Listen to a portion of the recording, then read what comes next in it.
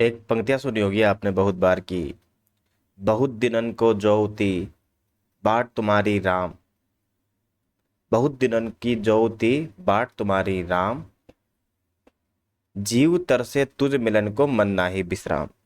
अतः राम के मिलन के लिए कबीर की जो विरहणी है, या कबीर की जो जीवात्मा रूपी विरहणी, वो तड़प रही है राम के मिलन के लिए। वैसे मैं आपकी तरह समझ सकता हूँ, आप सब भी इंतजार कर रहे हैं कि यूजीसी नेट जो है वो कब अपना रिजल्ट डाउन एक प्रकार से डाउनलोड करने के लिए देगी, या फिर कब अपलोड करेगी अपनी वेबसाइट पे। ठीक है ना। इन सब सवालों का नॉर्मलाइजेशन कैसे होता है, होगा या नहीं होगा, ये भी आपके मन में डाउट होगा। कट ऑफ का डाउट हमेशा रहता ही है, मेरिट कितनी जाएगी।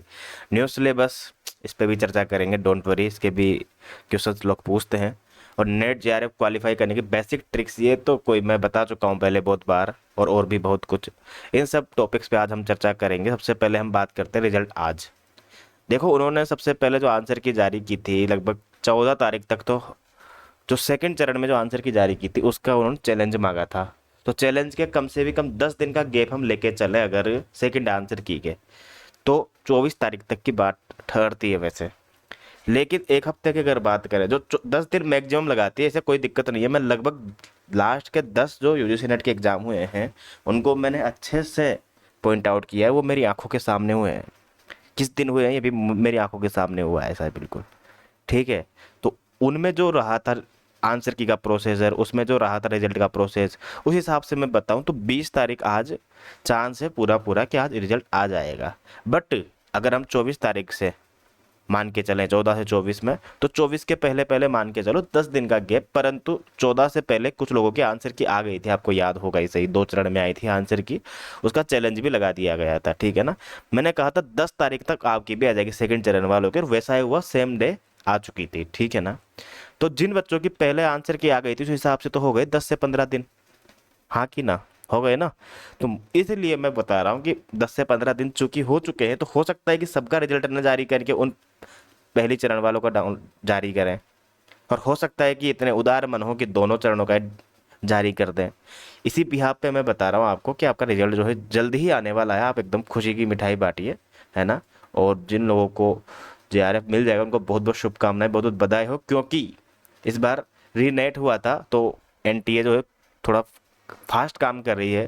जिन बच्चों का ऑफलाइन एग्जाम था, कुछ लोगों को तो वहीं पर ही जेआरएफ क्लियर करने होने के चांस थे पूरे पूरे।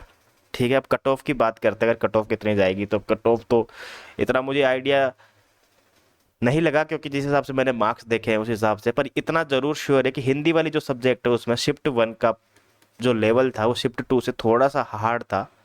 ठीक है ना। शिफ्ट थोड़ा सा नहीं, काफी ज्यादा हार्ड था। शिफ्ट 2 में तो जो सिलेबस था उसी के आधार पर प्रश्न बना लिए गए थे। ठीक है ना। जो मतलब टॉपिक था आपका, सिलेबस था, उसी में से सीधा प्रश्न बनाया एकदम बिल्कुल कि इस रचना का प्रकाशन वर्ष क्या है। पर शिफ्ट 2 में जो फर्स्ट पेपर था वो ज्यादा हार्ड था। और शिफ्ट फर्स्ट में दोनों लगभग लेवल के थे, फर्स्ट पेपर भी और दोनों पेपर भी। अब जैसे कि मान लो फर्स्ट शिफ्ट में अगर 10 में से 4 बच्चे क्वालिफाई कर पाते हैं, कट ऑफ गई है जैसे मान लो 90। और इधर सेकंड शिफ्ट में जो आसान था, 10 में से 6 बच्चे अगर क्वालिफाई कर पाते हैं, तो इधर देखेंगे हम 90 में 90 कट ऑफ गई है मान लेते हैं। ठीक है। मैं बताता हूँ आपको नॉर्मलाइजेशन कैसे होता है, कैसे सेम मार्क्स भी बच्चों सेम मार्क्स आने पर भी बच्चों का नहीं होता। अब इधर जो 90 कट ऑफ गई है ना, इधर पहले बच्चे के तो है 95 मार्क्स, दूसरों के है 93, तीसरे के है 91 और चौथे के है 90।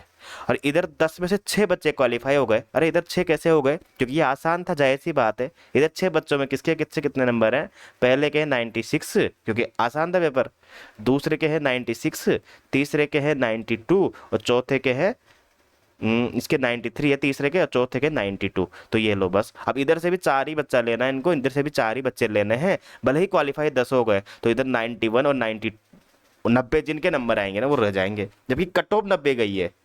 कैसे रह जाएंगे, कैसे रह जाएंगे सेम मार्क्स पर भी, क्योंकि इनकी शिफ्ट का पेपर जो था वो आसान था। आपने देखा होगा ना तभी तो। इसीलिए अब आप पढ़ते होंगे परसेंटाइल 99 परसेंटाइल, 98 परसेंटाइल। इसका मतलब क्या है, इसका मतलब ये है कि आपको पता है कि अगर 100 बच्चों ने एग्जाम दिया है ना, तो केवल एक बच्चा जेआरएफ क्वालिफाई करेगा, याद रखना। 1% क्वालिफाई होता है हमेशा। इसी प्रकार अगर 1000 बच्चे एग्जाम देते हैं तो केवल 10 बच्चे जेआरएफ क्वालिफाई करेंगे। अर्थात जिस बच्चे ने जेआरएफ क्वालिफाई की है वो एक बच्चा हुआ, अर्थात कितने बच्चे पीछे रहे उसके, 99। इसका मतलब 99% बच्चे उसने पीछे छोड़ दिए। तो मोटा मोटा आप यहाँ से समझ सकते हो कि उसकी परसेंटाइल आएगी 99% पॉइंट कुछ कुछ कुछ, ये 98% पॉइंट कुछ कुछ कुछ आती है। इसका मतलब ये है कि आपने इतने बच्चे को पीछे छोड़ा है, आप इतने बच्चों से आगे हो, है ना। जिनकी परसेंटाइल आती है 89%, तो मतलब आपने 11% बच्चों में आए हो आप, और 11% में आपका सिलेक्शन होना बहुत मुश्किल है, बशर्ते आप SC ST कैटेगरी के नहीं हो या पेपर बहुत ज़्यादा टफ हो। उसमें भी आपका JRF होना पॉसिबल नहीं है, नेट होने के हल्के से चांस है, ठीक है ना। इसीलिए आपने देखा होगा परसेंटाइल हमेशा 98 99 इसी में आती है। क्यों? क्योंकि बहुत कम बच्चे, नेट के लिए भी लगभग 6% बच्चे लिए जाते हैं, 6% बच्चे लिए जाते हैं। अतः 100 में से 6 बच्चे ही पास किए जाते हैं नेट के लिए। 10,000 हो तो उस हिसाब से मान लो आप, ठीक है, 1000 पे 60, 10,000 पे 600 बच्चे। समझ रहे हैं आप मेरे कहने का मतलब? इस प्रकार से नॉर्मलाइजेशन होता है। तो समझे आप कि सेम मार्क्स लाने के बावजूद भी कैसे बच्चों का सिलेक्शन नहीं होता। क्योंकि पहली जो शिफ्ट है यहाँ तो 100 में से 5 ही बच्चे पास हो पा रहे हैं क्योंकि हार्ड था, और दूसरी शिफ्ट में तो 100 में से 10 बच्चे पास हो गए क्योंकि ये तो इजी थे ना, 5 बच्चे ज़्यादा पास हो गए इधर। इसलिए इधर से भी 5 का ही चुनाव किया जाएगा, इधर से भी 5 का ही चुनाव किया जाएगा।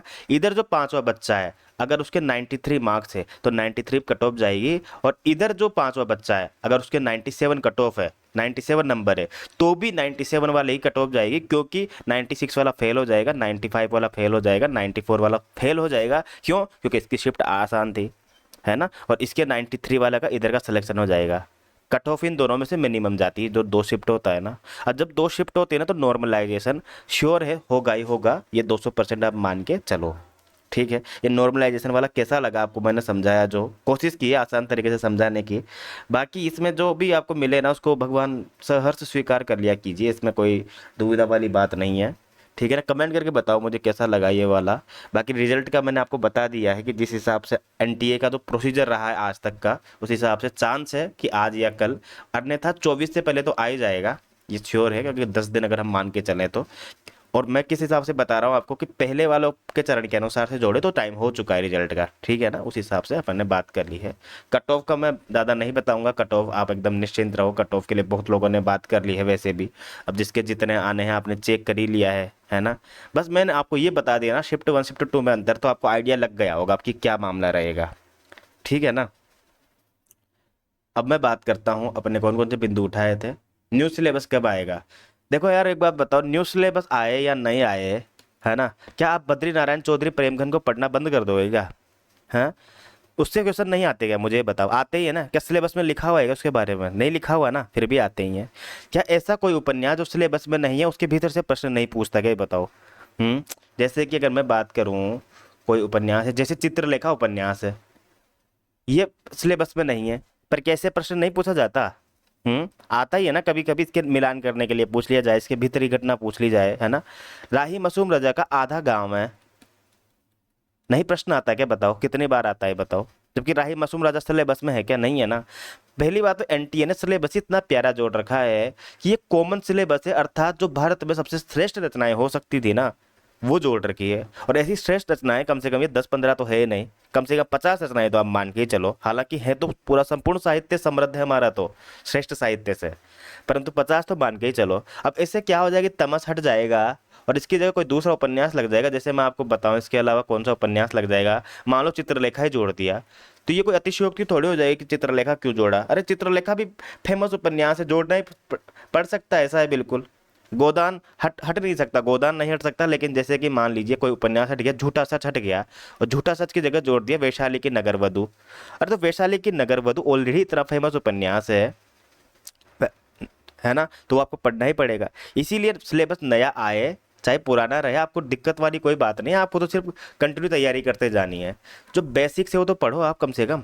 और जब एग्जाम में न्यू सिलेबस आ जाएगा तो क्या आप PYP पढ़ना बंद कर देंगे क्या? बताओ। हाँ, प्रीवियस ईयर पेपर तो सबसे ज़्यादा रामबाण होते हैं, देखो आप UGC नेट क्वालिफाई करने के लिए और JRF भी बनाने के लिए, आप यकीन करो मेरी बात का। PYP जिसने नहीं की, PYP असली मसाला होता है PYP, क्योंकि PYP जैसी टेस्ट सीरीज आपको कभी कोई नहीं दे पाएगा। PYP मतलब प्रीवियस ईयर पेपर्स, जो कौन बनाता है? NTA। अर्थात NTA जैसा माल कोई भी कोचिंग वाला, कोई भी कंपनी नहीं दे सकती है। ओरिजिनल प्रोडक्ट यही है, तो आप ओरिजिनल प्रोडक्ट का अध्ययन करो ना, इसका अभ्यास करो, इसकी प्रैक्टिस करो, बार बार करो, इसके लेवल तक पहुंचो, फिर उस हिसाब से अपनी पढ़ाई जारी रखो। ठीक है ना? ठीक है। अभी चांसेस है पूरे पूरे कि हो सकता है सिलेबस आ जाए नया, क्योंकि आने का है, पर मैंने आपको बता दिया ना कि सिलेबस आ भी जाएगा तो भी आपको प्रीवियस ईयर पेपर पढ़ने ही पड़ेंगे। क्योंकि ऐसा नहीं कि शेखर एक जीवनी अगर सिलेबस से हट जाएगी तो उससे प्रश्न नहीं बनेगा, बनेगा। ये याद रखो आप। वो बात अलग है कि जब कोई नया उपन्यास लगेगा, नई नाटक लगेगा, तो उसके अंदर से प्रश्न ज्यादा बनने के चांसेस है। पर हो सकता है कि नया सिलेबस आए तो अंदर से ना बने, क्योंकि शुरू शुरू में आसान बने। क्योंकि जब शुरू में जब इसका सिलेबस आया था 2019-18 के आसपास, तब इन्होंने भी बहुत ही शांति बरती थी, बहुत मोटे मोटे प्रश्न बनाते थे, इतिहास के प्रश्न अधिक आते थे, रचनाओं के प्रश्न बहुत कम आते थे। अब जाके इस तरह इन्होंने बढ़ाया थोड़ा सा अपना। तो न्यू सिलेबस को लेकर चिंता मत करो आप। जो नए बच्चे जुड़ने चाहते हैं, पहले पीवाईपी पूरा पढ़ो, उसका लेवल समझो, मजा आएगा यार। नेट का पेपर तो जितनी बार करते हैं ना उतना मजा आता है। जितना डूबोगे ना, वो कहते हैं ना, खुसरो दरिया प्रेम का उल्टी वहाँ की धार, जो उतरा सो डूब गया, जो डूबा सो पार। तो ये प्रेम है आपका, मान के चलो नेट जेआरएफ। इसी से असिस्टेंट प्रोफेसर बनोगे ना आप। असिस्टेंट प्रोफेसर कैसे बनोगे? बिना नेट क्वालिफाई किए। और जेआरएफ क्वालिफाई कर लोगे तो आप पीएचडी में सिलेक्शन भी ले लोगे, पीएचडी में पैसा मिलेगा फिर अच्छा खासा।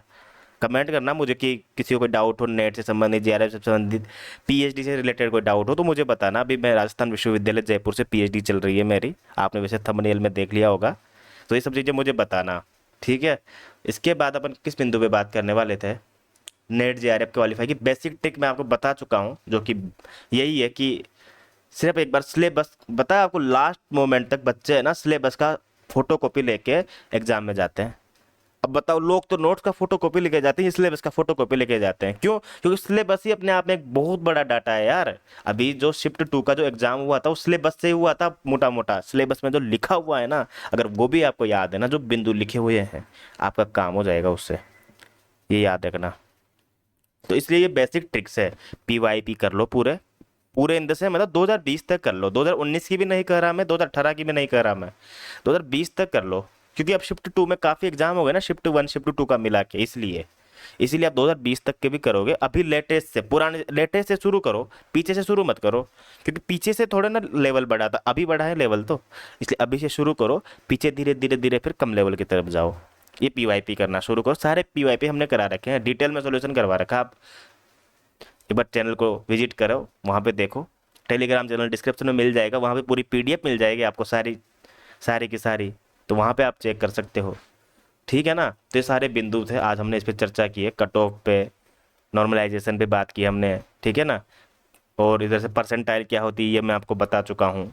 क्योंकि वो परसेंटेज तो वो होती है ना कि इतने परसेंटेज आए हैं आपके, 80%, 75%, लेकिन परसेंटाइल मतलब इतने बच्चे आपसे पीछे हैं, उस हिसाब से यहाँ पे परसेंटाइल की बात की जाती है, ठीक है? और अपन ने रिजल्ट की बात कर ही ली है, तो ठीक है। सभी को बहुत बहुत शुभकामनाएं, बधाई हो यार, बिल्कुल ही। कोई भी डाउट हो आप पक्का कमेंट कीजिए, जो भी आपके मन में हो। टेलीग्राम चैनल लिंक डिस्क्रिप्शन में मिल जाएगा, वहाँ पर मैं आपको पर्सनल भी बात कर सकता हूँ, ठीक है? और जो भी अभी आरपीएससी असिस्टेंट प्रोफेसर के इंटरव्यू की तैयारी कर रहे हैं वो भी एक बार कमेंट कर सकते हैं, उनको भी कोई डाउट हो तो, अगर, क्योंकि वो भी प्रक्रिया हम जारी रख रहे हैं हमारे चैनल पे। तो मिलते हैं अगली वीडियो में फिर, और जैसे रिजल्ट आ जाएगा मैं तुरंत नोटिफिकेशन डाल दूंगा, कोई दिक्कत नहीं है, आप निश्चिंत रहो उस चीज़ के लिए, ठीक है ना? चलो ठीक है, ओके, बाय बाय।